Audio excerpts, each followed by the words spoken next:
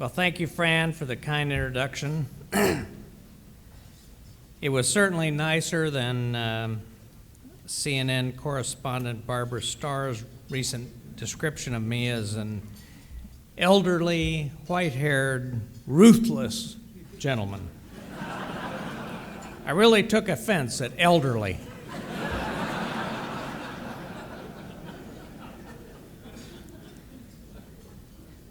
It's a real pleasure to be here tonight, looking around, seeing the black ties, beautiful dresses, the flowing wine. It calls to mind the story about a former European foreign minister who was a notorious drunk. He was on a South American tour and was attending a reception. Music was playing. He'd knocked down a number of drinks, saw a person in a gown walking past, and he asked that person to dance. The person stopped, glared at him, and said, "First, sir, you are drunk. Second, this is not a waltz. This is the Peruvian national anthem. And third, I am not a woman. I am the Cardinal Archbishop of Lima."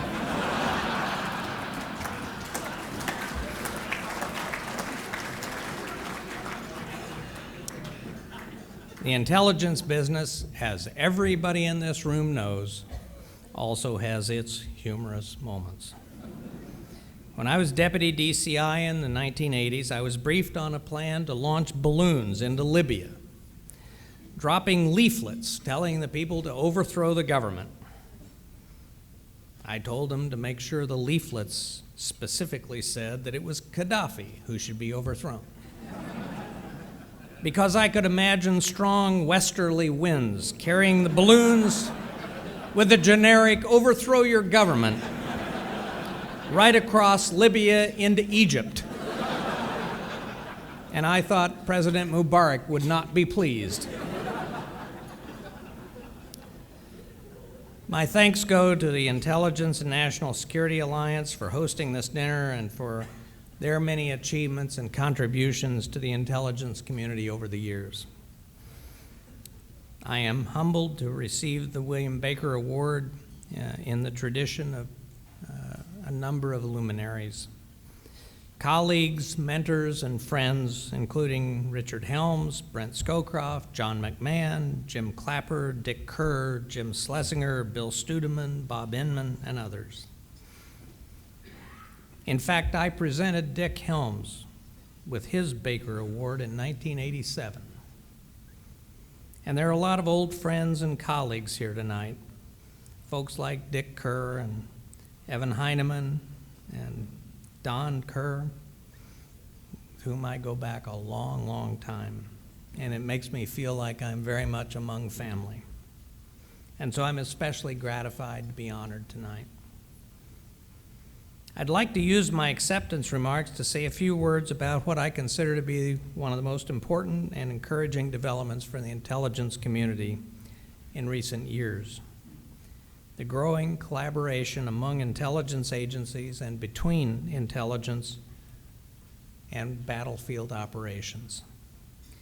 Take, for example, unmanned aerial vehicles.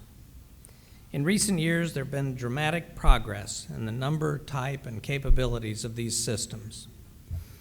Commanders in the field have clamored for more UAVs of all types because they are ideal for many of the tasks in today's wars. They give troops the tremendous advantage of seeing full motion, real-time streaming video over a target such as individuals planting IEDs or assembling before an operation. These systems have been real game changers, and their potential is just being tapped. I should note that the Israelis were early and eager adapters of UAVs well before the U.S. military. As DCI, I tried to interest the Air Force in these platforms back in the early 1990s, but they would have none of it. An aircraft without a pilot had little appeal. As Secretary of Defense, I have a little bit more say in what the military buys.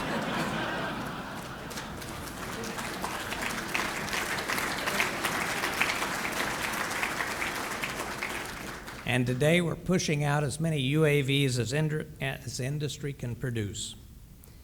And the Air Force is now training more pilots to fly unmanned systems than to fly fighters and bombers. This is not to say that there are not continuing challenges facing the intelligence community. Despite the great gains in UAVs and ISR, we are only just beginning to exploit their real potential. Under General Schwartz's leadership, the Air Force has made great strides. The Navy is also beginning to embrace the concept with most notably the Fire Scout system, which will operate in a fully autonomous mode and provide much needed intelligence and support to the fleet. Beyond producing enough of the right hardware, a key to success going forward is ensuring that information crucial to operations reaches the widest appropriate audience. Fusion has become the watchword of intelligence operations in the post-9/11 world and represents, in my opinion, one of our greatest accomplishments. Cooperation and interaction between the military and the intelligence community is critical going forward and vastly improved since I was at CIA, when turf and budget battles were too often the norm.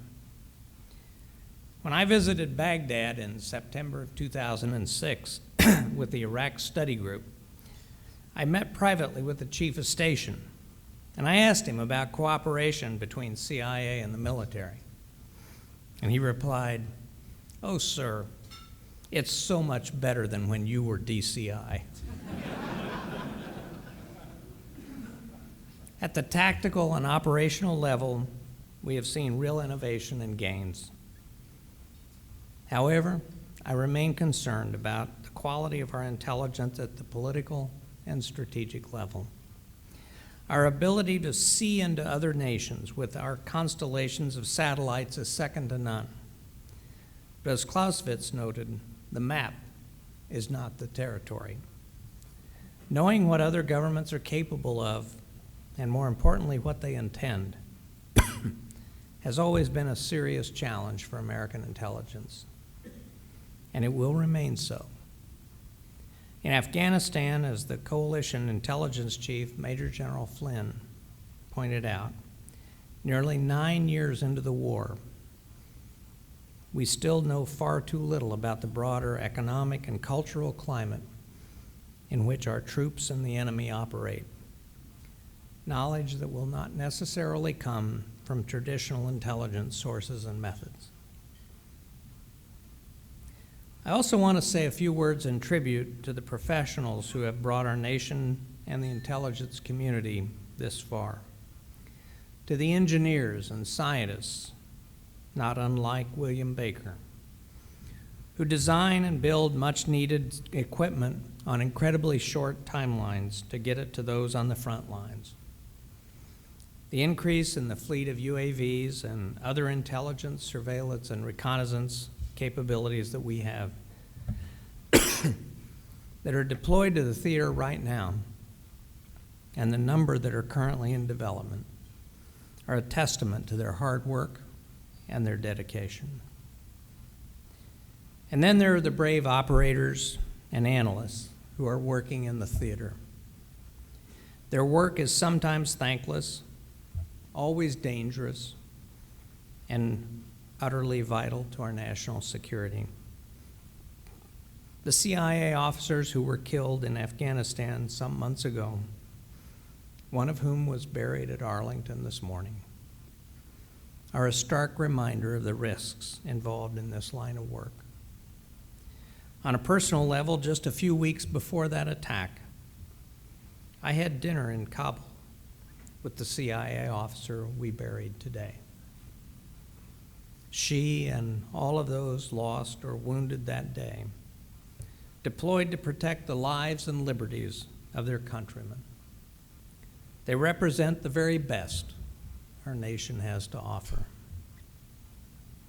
We all know that some of the greatest successes and victories of the intelligence community, based on extraordinary technical and human intelligence collection achievements and brilliant analysis, will never be known by our fellow Americans.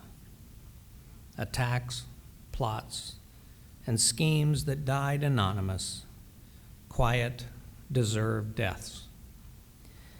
These victories are celebrated with perhaps an upraised coffee cup or a glass of something stronger in salute, or a quiet, well done behind closed doors. And then, without fanfare, the silent, unending work of keeping our country safe begins again. I'm truly thankful that I've had the opportunity to work alongside such men and women across 4 decades in the Central Intelligence Agency, the NSC, and now as Secretary of Defense. And so I would close tonight with a quote from Sir William Stephenson from the introduction to his book, A Man Called Intrepid. He wrote, "Perhaps a day will dawn when tyrants can no longer threaten the liberty of any people, when the function of all nations, however varied their ideologies, will be to enhance life, not to control it. If such a condition is possible, it is in a future too far distant to foresee. Until that safer, better day, the democracies will avoid disaster and possibly total destruction only by maintaining their defense." And he continued, "Among the increasingly intricate arsenals across the world, intelligence is an essential weapon, perhaps the most important. Safeguards to prevent its abuse must be devised, revised, and rigidly applied. But as in all enterprises, the character and wisdom of to whom it is entrusted will be decisive. In the integrity of that guardianship lies the hope of free people to endure and to prevail. The American people can be confident that the extraordinary men and women of our intelligence services every day ensure the integrity of that guardianship." Again, I am honored and humbled to accept this award. Thank you.